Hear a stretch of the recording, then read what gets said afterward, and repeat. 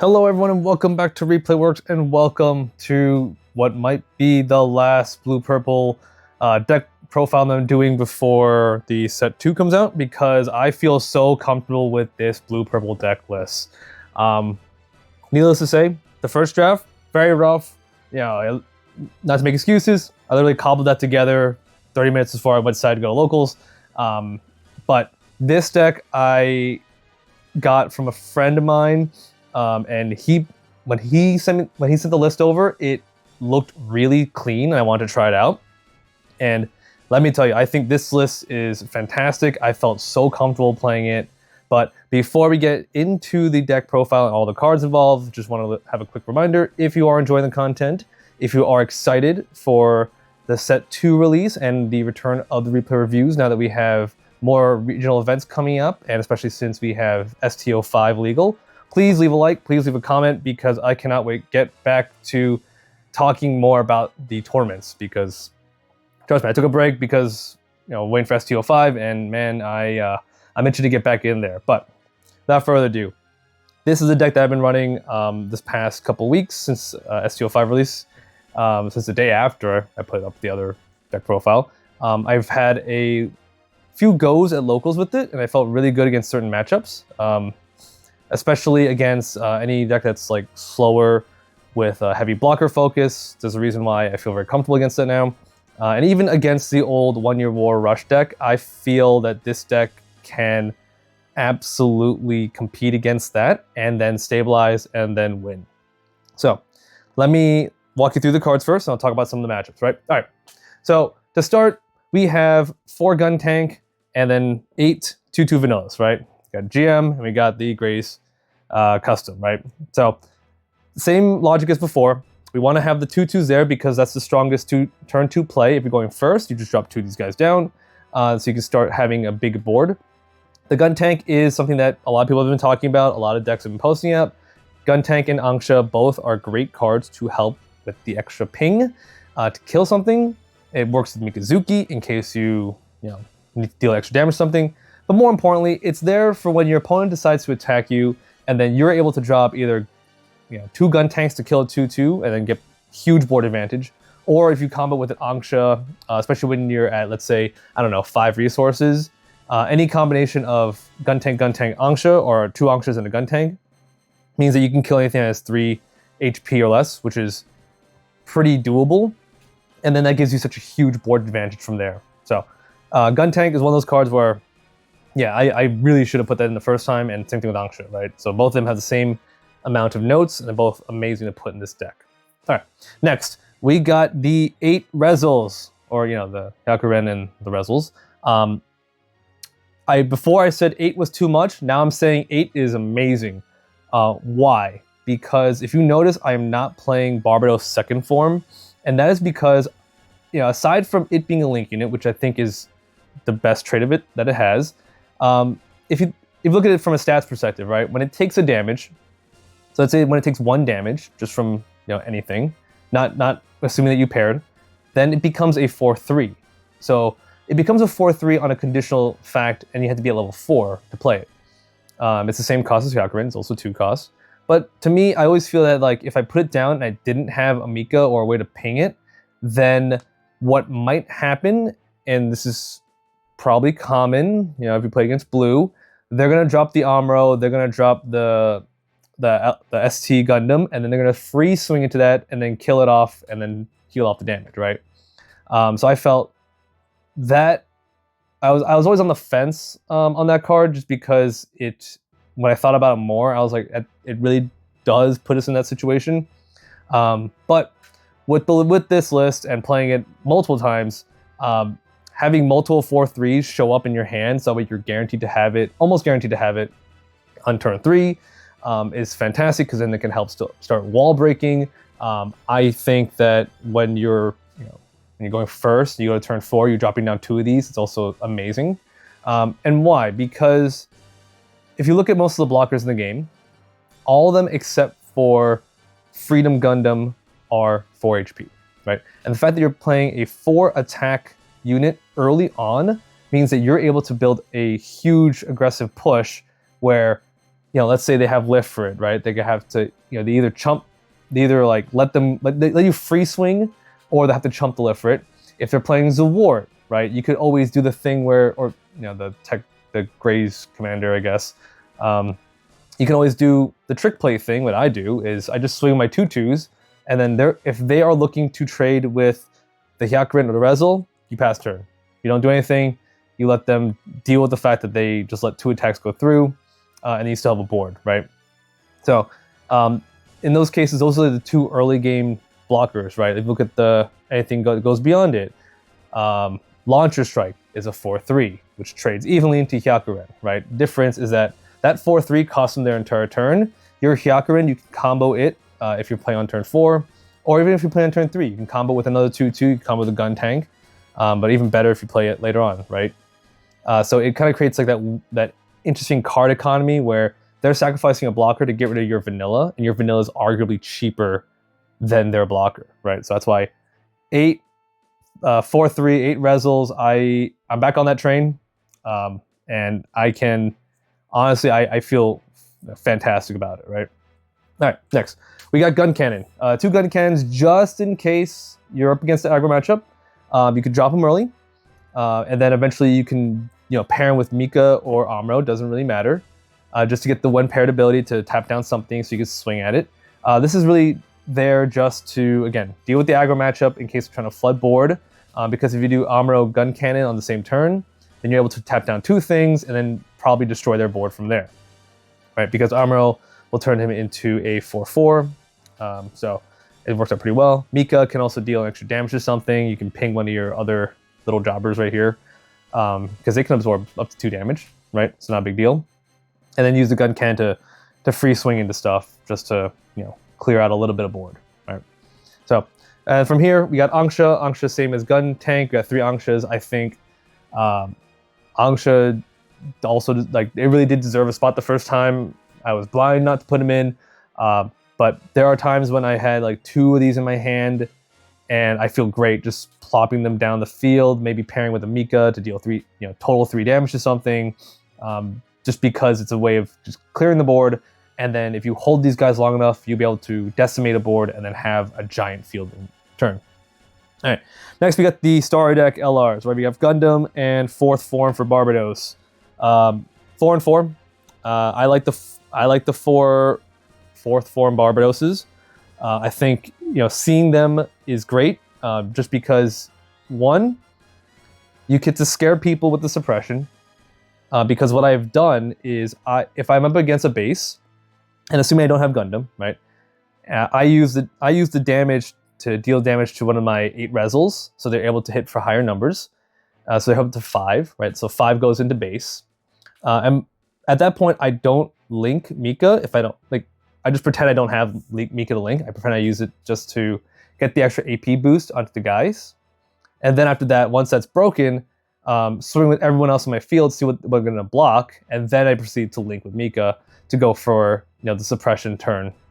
And then once you're on suppression, they're gonna have to answer it pretty hard. And he's what, 6'5" functionally. So that's gonna be really good. You trade evenly with a lot of things that isn't named Freedom plus Kira. Actually, Kira anything means you don't really trade. But I want to see this guy more often than not. I primarily have just used him just for the AP boost because it makes such good numbers, and then the link is kind of the cherry on top, because from there, even if you don't damage him on that turn, your opponent has to stare at it and wonder, am I going to have to deal damage to this somehow, right? Or is there going to be a way for me to top deck Mika and then link another one, give this one damage, right? So 4 of, it's a great card no matter what, and you want to see it because it is your end game. Without this, it's so hard to, well, not hard, but it makes the final turns much more difficult, because what I've done is I put him down, and then the game ends next turn because I am threatening lethal with the giant board, right? And they could be at a base and 4 shields for all I care. SD Gundam's there. He is probably the best blue card in the set, and maybe next set, we'll see. just because the aura ability gives everyone +1 attack while he's paired. So you can pair him with Mika, you can pair him with Amuro. Amuro's the link unit. Enough said about that. What I have tended to do is on turns when I have like extra Mikas in my hand, and I do the link play with let's say, yeah, like it mostly would be turn 5. I've done Gundam link with Amuro, swing at base, have my guys, swing at shield. Maybe I'll trade a 2/2 into something to put 2 damage on it, right? And then I link. I pair Mika with some of my other units on the field, like the rezels or something.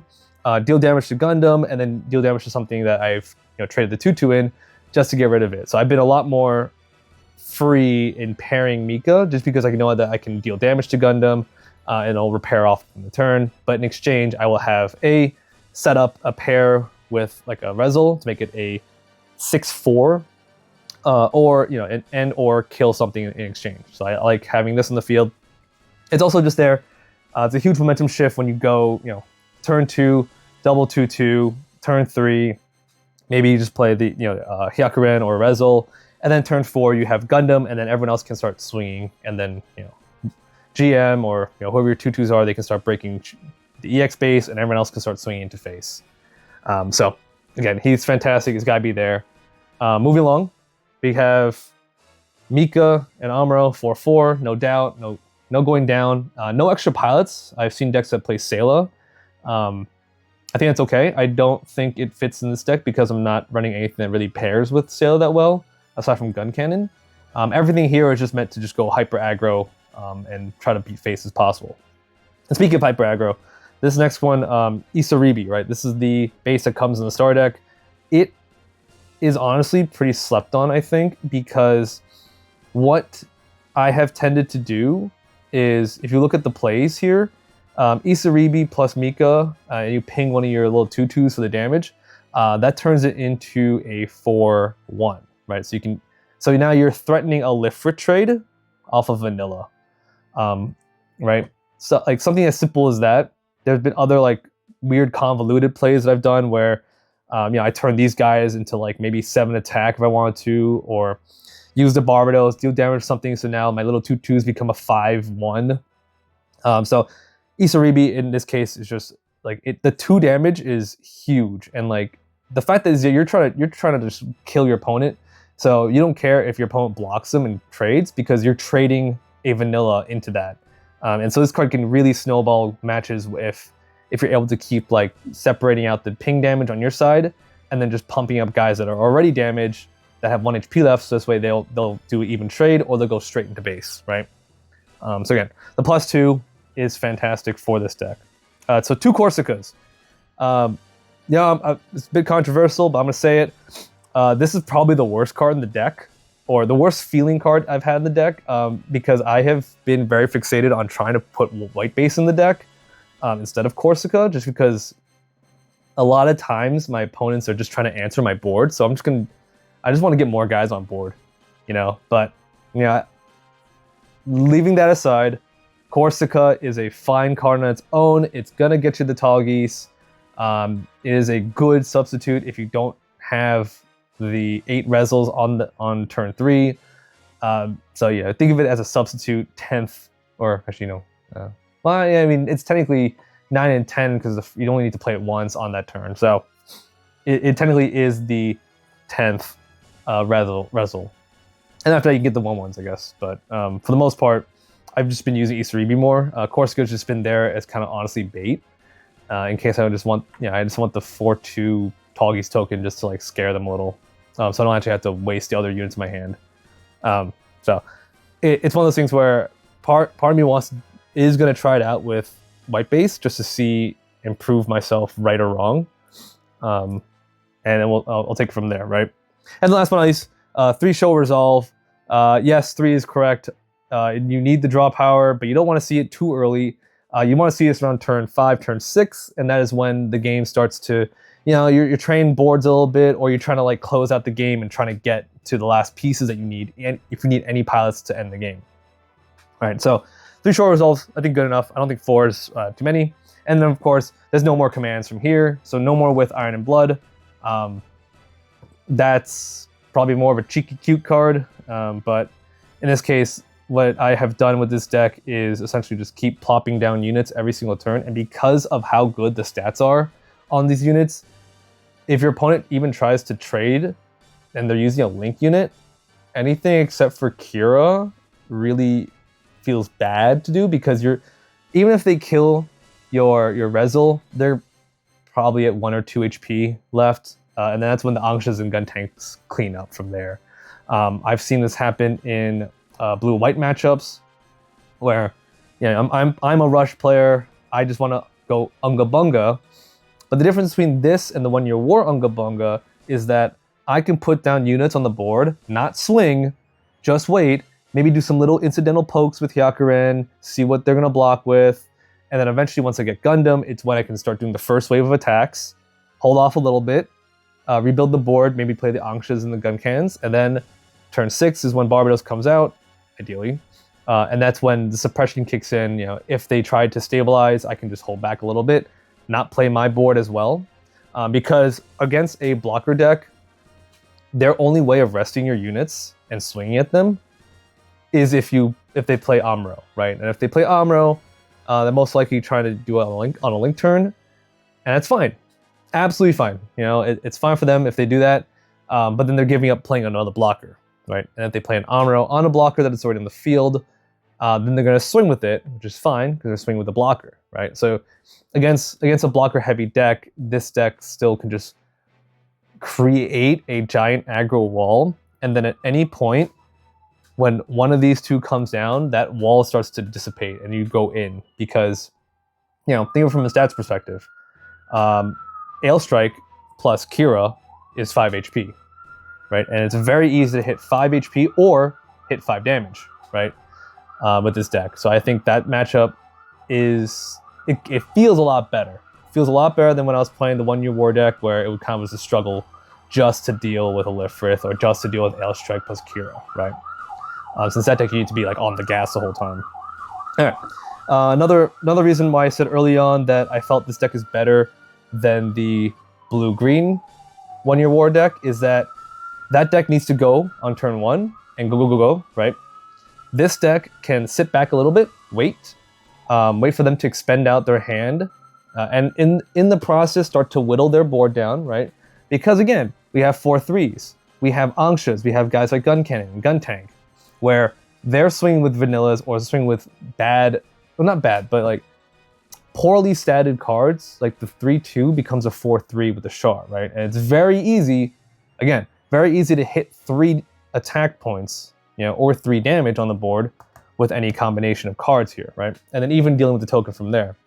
For example, like from Hyperbole, or anecdotally, I played against a perfect curve Zeon rush deck. Like turn 1, he put down 2 Zaku 2s.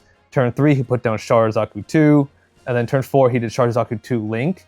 And then as soon as I was able to hit turn 6 and set up a base, I was pretty much settled in terms of, the only way he can win is if he enters into top deck mode, which he did, and try to get the Char. And I sat there while he was at 4 shield, just rebuilding my field, answering his board, until it was time for Suppression to kick in, deal the rest of the damage, wipe out all of his